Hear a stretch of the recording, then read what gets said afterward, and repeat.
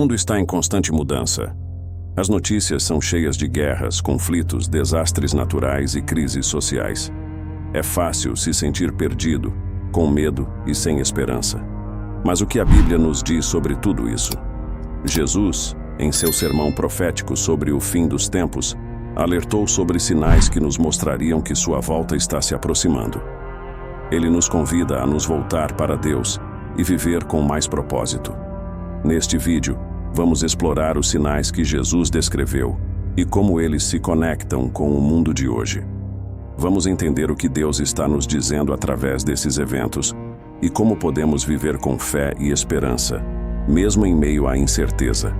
Em Mateus 24, 14 diz: E saindo Jesus do templo, iam-lhe os seus discípulos mostrando-lhe as construções do templo. E Jesus disse-lhes: Veem todas estas coisas? Em verdade vos digo que não ficará aqui pedra sobre pedra que não seja derrubada. Estando ele assentado no Monte das Oliveiras, aproximaram-se dele em particular os seus discípulos, dizendo: Diz-nos, quando acontecerão estas coisas, e qual será o sinal da tua vinda e do fim do mundo? E Jesus respondeu, e disse-lhes: Atendei, para que ninguém vos engane, porque muitos virão em meu nome, dizendo: Eu sou o Cristo, e enganarão a muitos. Ouvireis falar de guerras e de rumores de guerras. Vede que não vos assusteis, porque é necessário que isto aconteça, mas ainda não é o fim. Porque se levantará nação contra nação, e reino contra reino, e haverá fomes, e pestes, e terremotos em vários lugares. Todas estas coisas são o princípio das dores. Então vos hão de entregar para serdes afligidos, e vos matarão, e sereis odiados de todas as nações por causa do meu nome. E muitos tropeçarão, e se trairão uns aos outros, e se odiarão uns aos outros. E muitos falsos profetas se levantarão, e enganarão a muitos. E por se multiplicar a iniquidade, o amor de muitos esfriará. Mas aquele que perseverar até ao fim será salvo. E este evangelho do reino será pregado em todo o mundo, em testemunho a todas as nações, e então virá o fim. Quando refletimos sobre os ensinamentos de Jesus em Mateus 24, 1 e 14, e os comparamos com o estado atual do mundo, fica claro que estamos testemunhando o cumprimento de suas palavras proféticas. Jesus forneceu uma visão geral das condições mundiais que marcariam o período entre sua ascensão e os dias que levariam à sua segunda vinda. Suas descrições, embora amplas, ressoam profundamente com nosso mundo atual. É quase como se estivéssemos recebendo uma lente espiritual, permitindo-nos ver o nosso mundo através das revelações proféticas de Jesus. Ao compararmos os eventos atuais com suas palavras, fica claro que estamos nos aproximando do cumprimento de Mateus 24, 14. Guerras e rumores de guerras.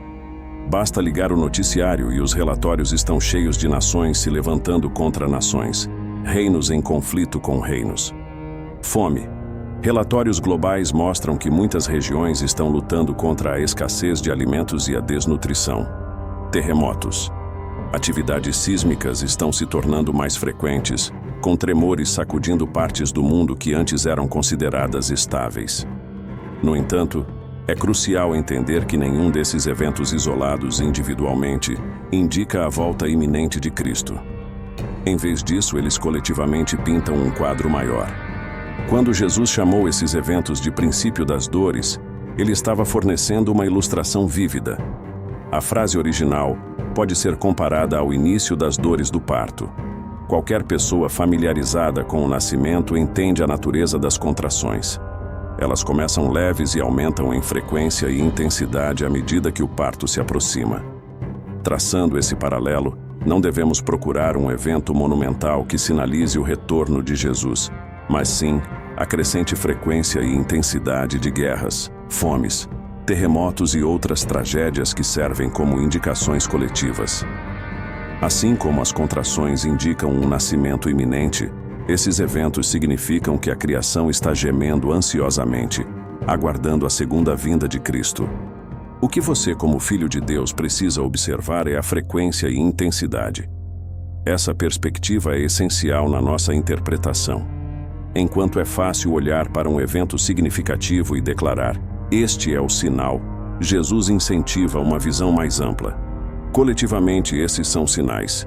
Eles representam o início das dores e, como as dores do parto, nos preparam para o que está por vir. Além disso, o significado reside não apenas no reconhecimento desses sinais, mas também na postura do coração que eles encorajam. Se realmente acreditamos que estamos vivendo no início das dores, isso deve instilar em nossos corações uma urgência de que o tempo está se esgotando, uma urgência de buscar o Senhor enquanto Ele pode ser encontrado, uma urgência de entender que estamos nos aproximando cada vez mais do livro de Apocalipse, uma urgência de espalhar o Evangelho, aprofundar nosso relacionamento com Jesus e ser embaixadores de sua paz em um mundo cada vez mais tumultuado.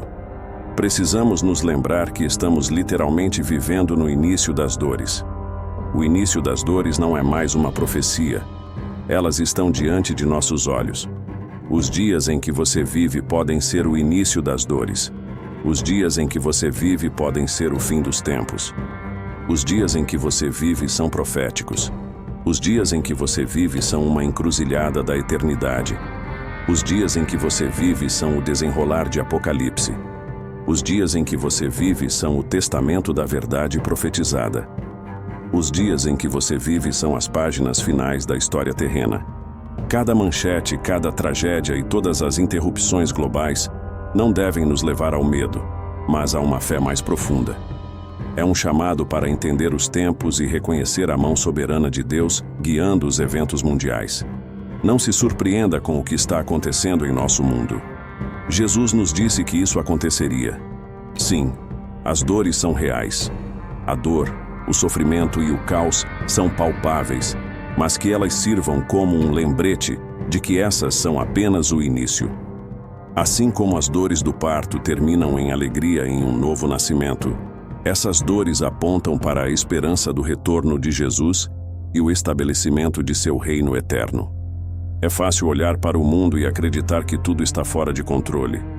Mas eu gostaria de lembrá-lo, meu amigo, que servimos a um Deus vivo, um Deus soberano. Nem tudo está fora de controle. Ele trabalha todas as coisas de acordo com o propósito da sua vontade. Deus está no controle. Jesus deixou claro que todas as coisas listadas em Mateus 24 fariam parte dos últimos dias. Você está constantemente ouvindo rumores de guerra, está constantemente ouvindo sobre pessoas morrendo e não sabe o que fazer. Você sente que não está seguro, sente que não consegue suportar mais esses males no mundo. Você sente como se o mundo e seus governantes estivessem ficando cada vez mais perversos a cada dia. Jesus disse que você não deve se desanimar por causa disso, que você não deve se preocupar. Não importa o que aconteça neste mundo, não importa o que o governo faça no país em que você vive. Não se desanime, não viva com medo. Lembre-se de que Deus está em seu trono, e enquanto Deus estiver em seu trono, você não precisa ter medo. Você não precisa viver com medo. Deus está te observando. Tudo o que você diz, tudo o que você faz, Deus está te observando. Cada movimento que você faz, cada passo que você dá, Deus está te observando. Não passa um segundo em que Deus não tenha seus olhos sobre você. Deus está te observando, onde quer que você esteja agora e o que quer que você esteja fazendo. Saiba disso. Deus está te observando. Normalmente, quando digo isso para as pessoas, elas ficam nervosas, com medo e apreensivas. Mas o problema é que elas ainda veem Deus não como um pai, mas como alguém com quem estão em inimizade.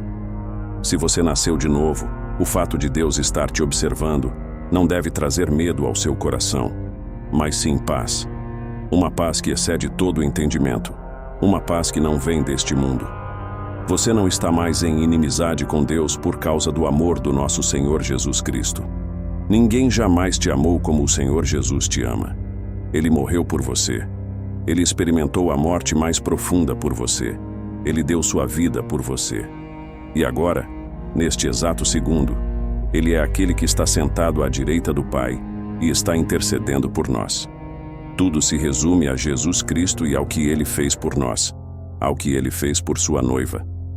Agora, como sabemos, a Bíblia nos diz que estamos vivendo no fim dos tempos. Estamos realmente na 11ª hora e no 50º minuto da civilização humana. Podemos ver tudo o que Jesus nos disse que aconteceria em Mateus 24 acontecendo agora.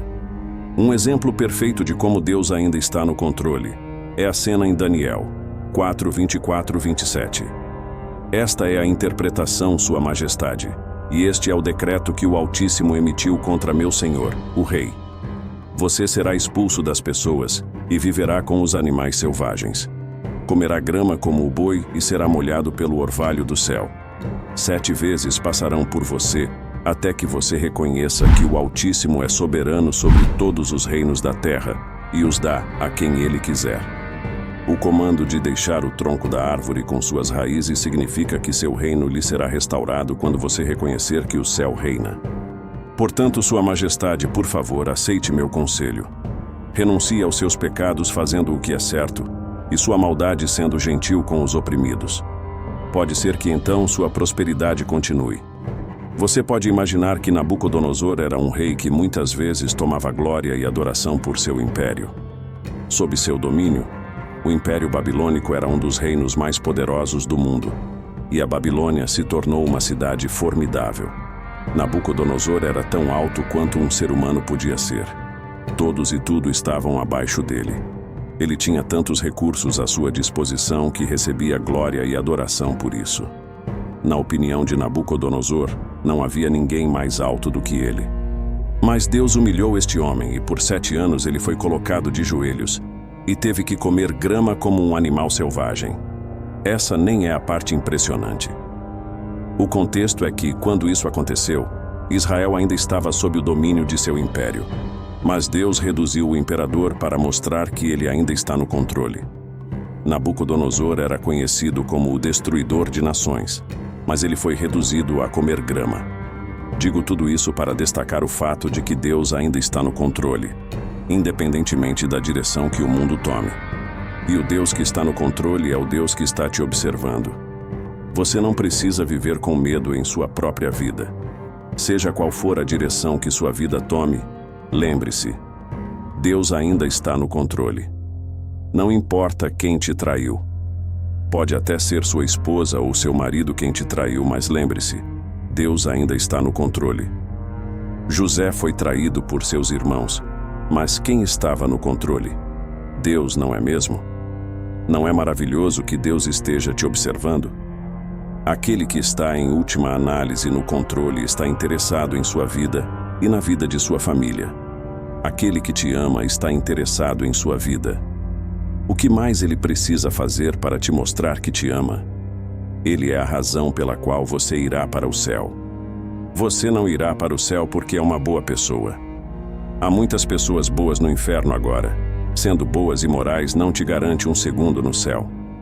Você não irá para o céu por causa da quantidade de dinheiro que doou. Você não irá para o céu por causa do número de pessoas que ajudou, seu sobrenome. A quantidade de tempo que você ora não fará nada por você. O número de cultos que você frequenta não ajudará. A verdadeira razão pela qual você irá para o céu é por causa de um homem que veio a esta terra há 2000 anos e morreu por seus pecados, pelos meus pecados, pelos nossos pecados. Nós merecíamos o fogo do inferno. Merecíamos a destruição eterna. Merecíamos experimentar a ira total de Deus sem limites.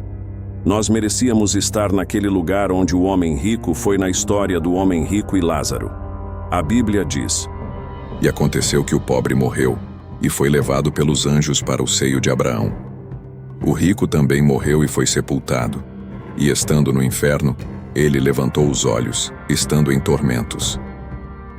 Nós merecíamos ir para aquele lugar de choro e ranger de dentes. Mas a Bíblia nos diz em João 3,16: Porque Deus amou o mundo de tal maneira que deu o seu Filho unigênito, para que todo aquele que nele crê não pereça, mas tenha a vida eterna. É o amor de Deus que nos salvou daquele lugar. É o amor de Deus que nos salvou da eternidade no inferno. Jesus veio e pagou o preço. Não importa o quão caótico o mundo pareça, lembre-se que Deus está no controle. Ele está trabalhando em tudo para o bem daqueles que o amam e foram chamados de acordo com o seu propósito. Não permita que o medo o paralise. Em vez disso, deixe o amor de Deus o impulsionar a buscar uma vida mais profunda com Ele. Jesus também nos alertou sobre o aumento da iniquidade e o esfriamento do amor.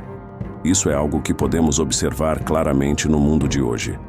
A desumanização, a indiferença, a busca desenfreada pelo prazer e a ausência de compaixão são sintomas de um coração que se afasta do amor de Deus.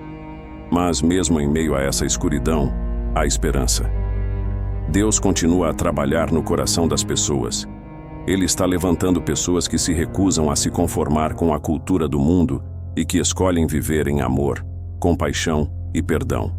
Ele está espalhando a mensagem do Evangelho em todos os cantos da terra. E mesmo que os sinais dos tempos sejam assustadores, também são um chamado à ação. Se você está lendo isso, Deus te ama. Ele quer te usar para fazer a diferença no mundo. Use este tempo para se fortalecer na fé, buscar o seu propósito e compartilhar a mensagem de esperança com aqueles ao seu redor. Não deixe que o medo o paralise. Lembre-se que Deus está no controle e Ele está trabalhando em tudo para o bem daqueles que o amam. Confie em Deus. Ore, busque sua vontade e viva uma vida que reflita o seu amor, sua graça e sua misericórdia. O fim dos tempos é também o início de uma nova era, uma era de paz, justiça e amor. Jesus está voltando. Ele está preparando um lugar para nós, e Ele quer que estejamos prontos. Que o Senhor os abençoe e os guarde. Amém. Que este vídeo tenha te inspirado a buscar uma vida mais profunda com Deus, a se conectar com os outros e a fazer a diferença no mundo. Compartilhe este vídeo com seus amigos e familiares. Deixe a luz do amor e da esperança brilhar através de você. Deus te abençoe. Obrigado por assistir até aqui. Até a próxima.